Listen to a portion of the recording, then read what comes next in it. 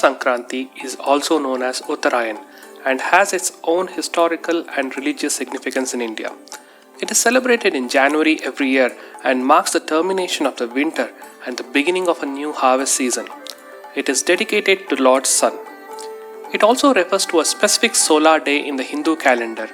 On this auspicious day, the sun enters the zodiac sign of Capricorn or Makar, which marks the end of winter months and the beginning of longer days. From the day of Makar Sankranti, the sun begins his northward journey or Uttarayan journey.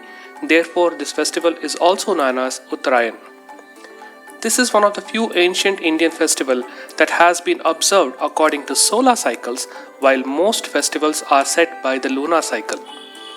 Festivities associated with Makar Sankranti are known by various names: Magh Bihu in Assam, Maghi and Lori in Punjab, Haryana, Thai Pongal in Tamil Nadu, Uttarayan in Gujarat, etc. Here in Karnataka, it is known as Sugi Habba, Makara Sankramana or Makara Sankranti.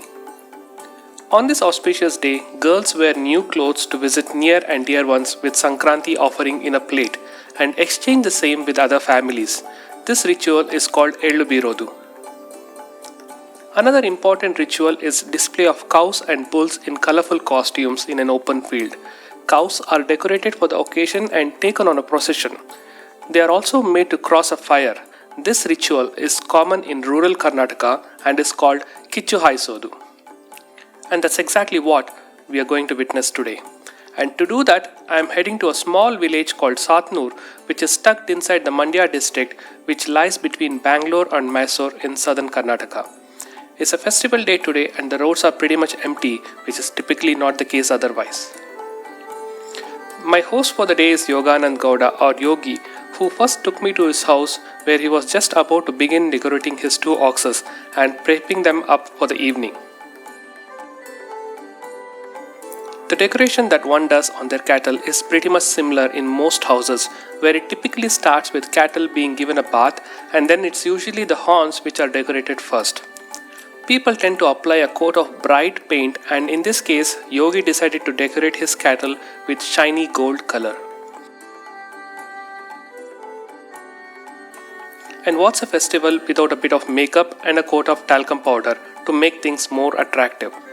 At the end of the day, it's not about who decorates the cattle best, but it's one's own way of celebrating whatever little that they can. Anklets also come into the picture as a part of this whole process. This is then followed up with attaching colorful ornaments, ribbons, and definitely a lot of flowers. While this is happening, on the other side of the village, Ningaya's house has a special guest, Narasimha Swami Basava, a 12-year-old wild bull which has been let free in the name of the local deity Kambada Narasimha Swami. This bull is decorated just like any other cattle in the village, but this one gets an extra special treatment. Shashi, Api and Sunil have taken up the ownership of decorating the Basava, and it definitely doesn't feel as simple as it sounds. This being a wild bull, it's very aggressive and requires more hands to keep it cool while their guys are busy decorating it. In fact, there was one guy whose primary job was to keep the bull calm and composed, which he did so by scratching its body and talking to it continuously. And while this was happening, a lot of spectators just stood and watched from a distance. It finally started off with the bull being taken to the Grama Devate Maramma, who is believed to be the primary protector from anything bad or evil that happens to the village. Rituals happened, and of course the mandatory photo session too.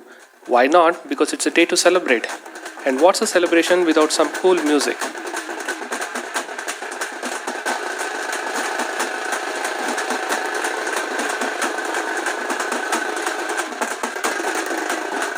Once everything was ready, the cattle started to arrive at a common place to take part in the ritual, the KICCHU HAYISODU, which is basically the cattle jumping on a burning hay, which is considered very auspicious.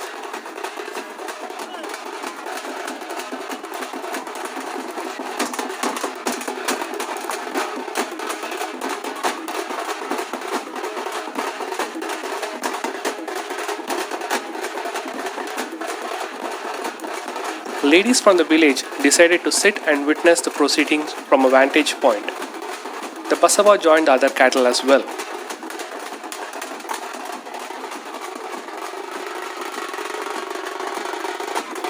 It's Satish and Nasappa, two seniors from the village, who started the proceedings with sprinkling the Mode Anna, which was prepared as an offering for the goddess Maramma, and performing the puja. Once the hay is lit with the fire, it's a green signal for everyone who is waiting to get the cattle to jump over the fire and proceed further.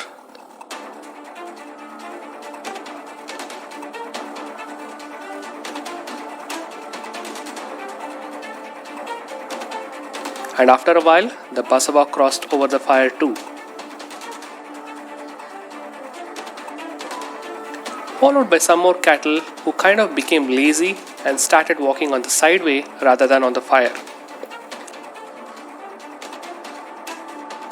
Buffaloes, sheep and goats joined the party too before it got wrapped up.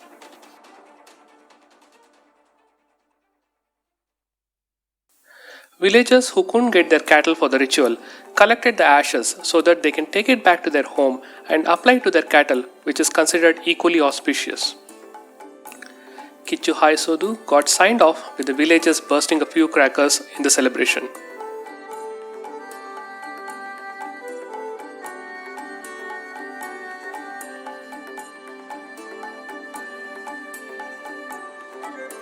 And in the end, as a final ceremony, the procession of Basava got taken around the main lanes of the village by Abhi, Shashi and their friends, while the bull got a final round of worshipping, puja and offerings for the day.